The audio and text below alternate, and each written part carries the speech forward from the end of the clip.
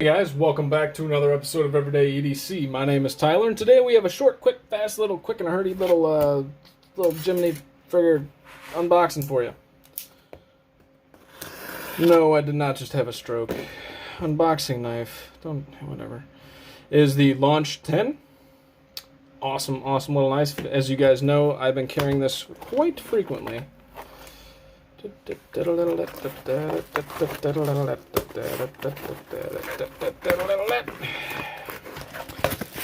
this is another one of those kind of going against the grain of what I want to do, but due to the circumstance, we are going to do all three on one. You guys have already seen my bad boy. I forgot how to freaking flick it. Ooh, look at that edge that Corey put on there. Oh yeah, this just went over to Corey at the Practical Blade. This is the QSP Puffin. Man, he put just a freaking stupid edge on this guy. Just absolutely dumb. I miss this guy. I love my Puffin. Absolutely love it. The action. QSP freaking knocked it out of the park with this one. I love my Puffin. I'm in love. I'm in love with the Puffin. Alright, so the next one, he sent me two for review. And forgive me, as I may not remember the names of these on the channel. Let me take a seat here on this video. But this, I believe, is a Reich. Super cool already. Look at this Timascus. Awesome Timascus look there. Gorgeous. Oh, wow.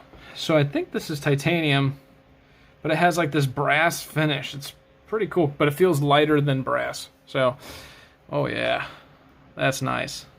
It says Emperor right there on the back spacer. It is a right hand only, which is quite all right. And let's see what we got. Ooh. It's a little tight. What is this, CH knives, I think? S35VN, damn. Alright. So this thing's not playing around. This is a large boy here. So coming from Corey, perfectly centered. Wouldn't expect any less. I don't think I can reverse flick this one. That one's a little tight to reverse flick.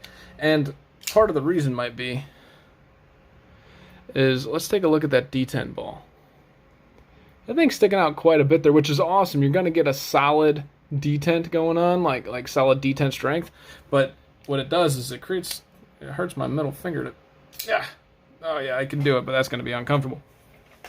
It's not a knock by any means, it's just literally saying that the detent ball is extra strong. Some jimping going on up here, actually it's almost like scalloping going on down the sides. These aren't this isn't really jimping either, this is just scalloping because they're not going all the way through. I made the mistake in a previous video. Jeremy mentioned it, and I was like, you're right, actually. Stuff like that isn't really called jimping. Damn, this thing locks up solid, dude. This is very cool. Very cool. Oh, the ergonomics are interesting. It's like, it's a very narrow handle, and it kind of locks you into place in one spot, but you're locked in, and it doesn't feel uncomfortable. One thing I'm noticing right off the bat is I can feel these sharp edges right here from the frame. It's not a big deal. It's not an ergonomic nightmare or nothing, but you can feel it. It's there. The pocket clip you can also feel, but once again, it's not an ergonomic nightmare. It's just there. And yeah, this is nice. We'll get to some cut tests at the end of this, just to kind of see, basically showing you guys what Corey's blade's all about there and what he does. This one he showed me, and this one kind of confounded me because I've never really experienced a large knife without a pocket clip, short of like the old school style knives. And so when I first seen this and watched this video on it, I was like, damn, dude. So it makes sense that you got the lanyard. He's got this cool little lanyard on there that allows you to just rip it out of your pocket if needed. You could tell this is a Damascus, and it's an etched Damascus, which looks even cooler. We'll get to that. I believe this is a Kubey, but I'm not 100%. This looks like a shredded carbon fiber, maybe with a titanium or bronze bolster. I'm not sure. I would have to look it up. It feels kind of heavy, so it's probably a bronze or a brass bolster.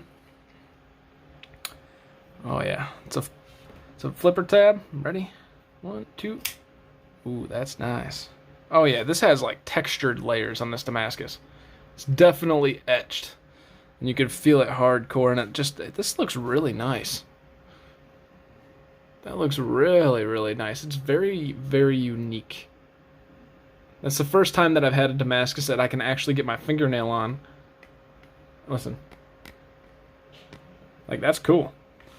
So ergonomics in hand feels solid. This thing's a beast, so any beastly knife that's going to be a little bit thicker is going to feel a little bit more solid, and this doesn't disappoint.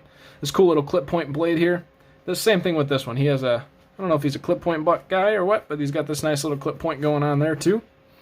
Yeah, just really ergonomically sound. This is a liner lock, and the action is pretty darn good. No side to side, no up and down. Let's check the centering. And he's got it perfectly centered right there. Look at that. Good job, Corey. Oh, that's a dream to flip. Listen to that.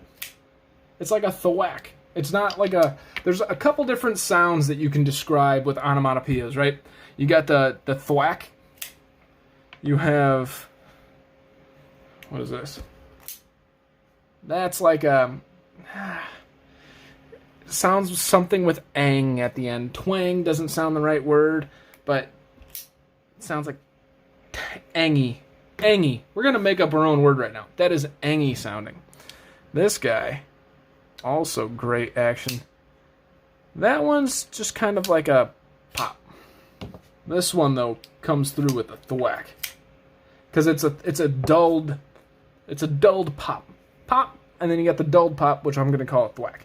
We'll forget that in the next one and make up our own names as we go. But these are very cool. I'll get you guys the names in the description and the title. You guys will already know what these are. This is the CH knife something. I don't know, and I don't remember what Kubey knife this is actually either. And this might not even be a Kubey. I think it is, but I could be wrong. But oh yeah, those are super cool. Thank you so much for sending those. Thank you so much for sending my guy back and, you know, just sharpening them up. Let's show everybody your sharpening skills. Because Corey over there, this dude sharpening is on a whole nother level, guys. First of all, my Puffin.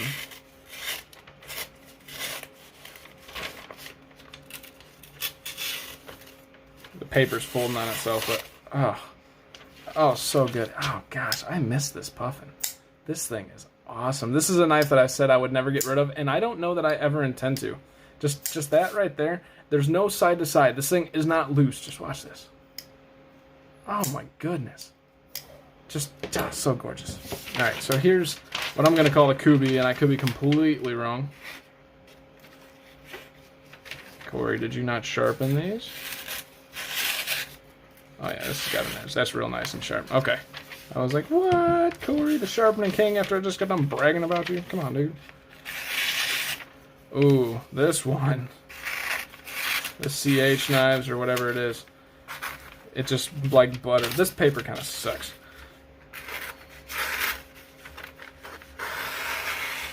Oh yeah, that's nice. That is nice. That Damascus right there. So nice. That's gorgeous. That might not be Damascus. I think it's Damascus, but it might be, it kind of almost looks like a flame anno with some etching. But who knows? We suck at anodizing so far, as you guys have seen in recent past.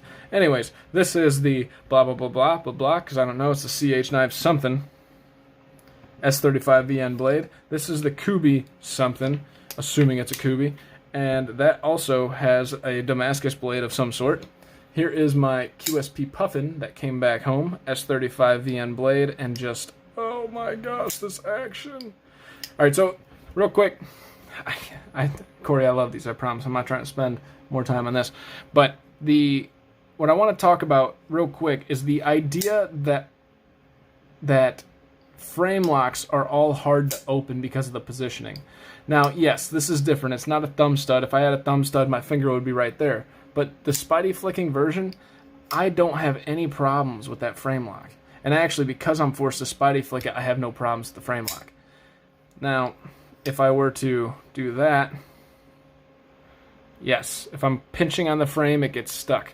But because you're forced to spidey flick this knife, there is no issue with the frame lock because you have to position your hands in a certain way. Just as an FYI, because I know we've talked about having a frame lock issue in the past and your frame's getting stuck. But like this one, for example, it's a flipper tab, so there's no issue with that. But even with the thumb stud, not bad. And actually, though, let's see if I can. Am I pushing on the thing? I want to make sure I'm off the frame. This actually might have another example of being on the frame and having hard to open with the thumb studs, because it's getting easier as I try to make sure that my hands are off the thumb studs. So yeah, that kind of doesn't really help my point of the fact that you don't need to be scared of frame locks, because that one doesn't help, that one doesn't help. Hey, here's a lino lock. This one's nice. Black. Alrighty. My name is Tyler. This is Everyday EDC. This is an unboxing from Corey over there at the Practical Blade. Thank you so much, bro, for taking care of this knife and sending me these along for review. You guys stay sharp, stay safe. Have a great freaking day, guys.